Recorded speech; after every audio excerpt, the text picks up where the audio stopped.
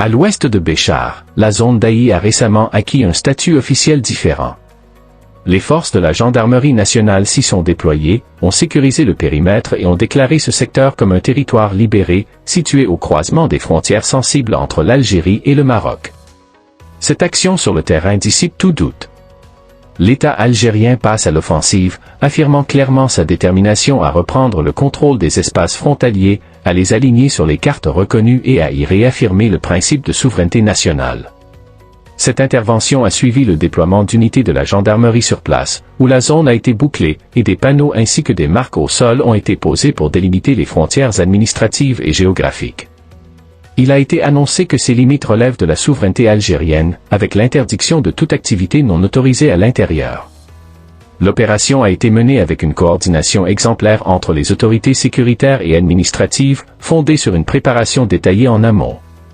Cela incluait l'analyse des cartes frontalières historiques et contemporaines, la localisation précise via des systèmes de télédétection et des technologies de positionnement par satellite, ainsi qu'une collaboration avec les administrations locales pour assurer une application harmonieuse des lois sans ambiguïté. D'après les données disponibles, l'opération s'est déroulée de façon ordonnée et pacifique, sans recours à la force.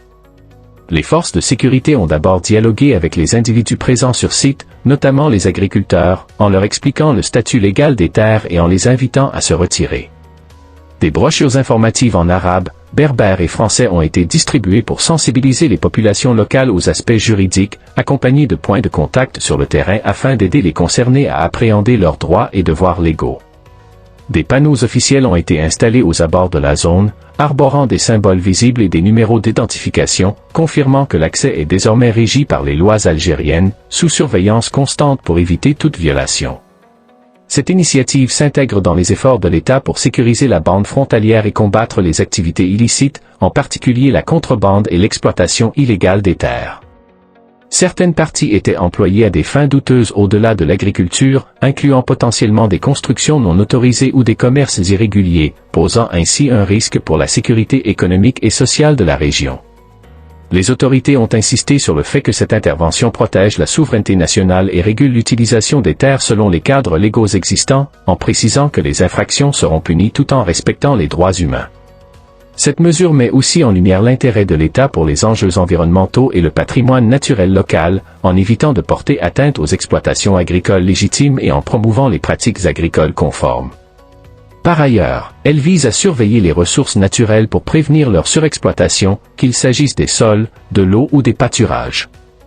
Les aspects sociaux des communautés locales ont été considérés, avec la mobilisation d'équipes dédiées pour assister les agriculteurs et éleveurs impactés, en leur fournissant des détails sur les programmes d'accès légal aux terres, favorisant ainsi le développement régional et protégeant les habitants des effets négatifs des mesures sécuritaires.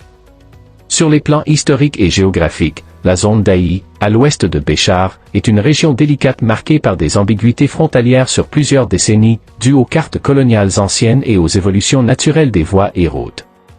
Cela en fait un enjeu stratégique pour l'État algérien, non seulement en raison de la valeur de ses terres agricoles et pâturages, mais aussi pour consolider le contrôle frontalier et sauvegarder les communautés locales contre les intrusions illégales. Les autorités algériennes ont conçu un plan exhaustif pour redessiner les frontières, impliquant l'installation de balises claires, de portails symboliques à des emplacements clés, et la définition de passages autorisés pour faciliter les déplacements sécurisés des agriculteurs et citoyens.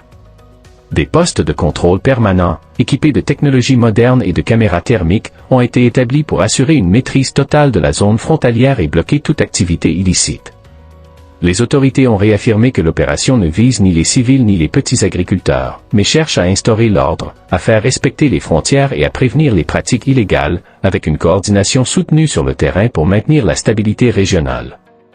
Cette opération s'est accompagnée d'un renforcement des campagnes de sensibilisation par les médias officiels et les réseaux sociaux, expliquant les dispositions légales et l'importance de préserver la souveraineté nationale tout en luttant contre la contrebande ou l'exploitation illégale des terres. Économiquement, cette intervention devrait booster les investissements légaux dans la région, que ce soit en agriculture ou dans les PME, tout en soutenant les activités traditionnelles qui élèvent le niveau de vie local. La régulation légale des terres ouvrirait la voie à des stratégies de gestion durable des ressources naturelles, protégeant la biodiversité et les pâturages contre la surexploitation. Les aspects sociaux des populations locales ont été intégrés, avec des équipes spécialisées pour appuyer les agriculteurs et éleveurs touchés, en leur offrant des informations sur les accès légaux aux terres, promouvant le développement local et atténuant les impacts négatifs des actions sécuritaires. Historiquement, la zone d'Aï, à l'ouest de Béchar, reste une région sensible avec des confusions frontalières persistantes sur des décennies, liées aux cartes coloniales et aux changements naturels des chemins et routes, en faisant un point stratégique pour l'État algérien. Cela va au-delà de l'importance de ces terres agricoles et pâturages, pour renforcer le contrôle frontalier et protéger les communautés contre les intrusions illégales. Les autorités ont élaboré un plan complet de redélimitation, incluant des marques nettes, des portails symboliques à des points clés, et des passages autorisés pour les mouvements sécurisés des agriculteurs et citoyens, avec des checkpoints permanents dotés de dispositifs modernes et de caméras thermiques, garantissant un contrôle absolu et empêchant les activités illicites. Les autorités ont confirmé que l'opération épargne les civils et petits agriculteurs, visant plutôt à imposer l'ordre, respecter les frontières et prévenir les illégalités via une coordination terrain continue. Il est crucial de noter que l'opération dans la zone d'Aï, à l'ouest de Béchar, dépasse une simple action isolée de la gendarmerie nationale pour sécuriser un territoire frontalier complexe. Elle marque une étape clé dans la politique globale de l'État algérien, visant à réaffirmer sa souveraineté, protéger ses ressources naturelles et consolider la stabilité sociale et économique des zones frontalières. Cette approche, bien plus qu'une intervention administrative basique, s'inscrit dans une stratégie cohérente à long terme englobant la sécurisation physique des frontières, la régulation juridique des usages fonciers, la préservation environnementale, le soutien aux populations locales et l'essor du développement économique et humain. Du point de vue sécuritaire, cette mise en œuvre illustre la capacité impressionnante des autorités à orchestrer des actions complexes impliquant divers corps de sécurité, comme la gendarmerie nationale, la garde nationale et les douanes, ainsi que des unités spécialisées en surveillance et contrôle des zones sensibles.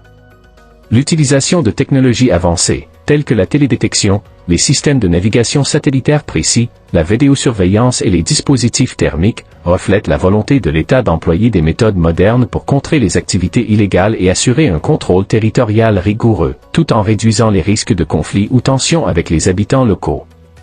La planification détaillée de l'opération, son exécution pacifique et ordonnée, ainsi que la communication proactive avec les résidents, illustrent une stratégie alliant efficacité, prudence et respect des droits civils, servant d'exemple remarquable.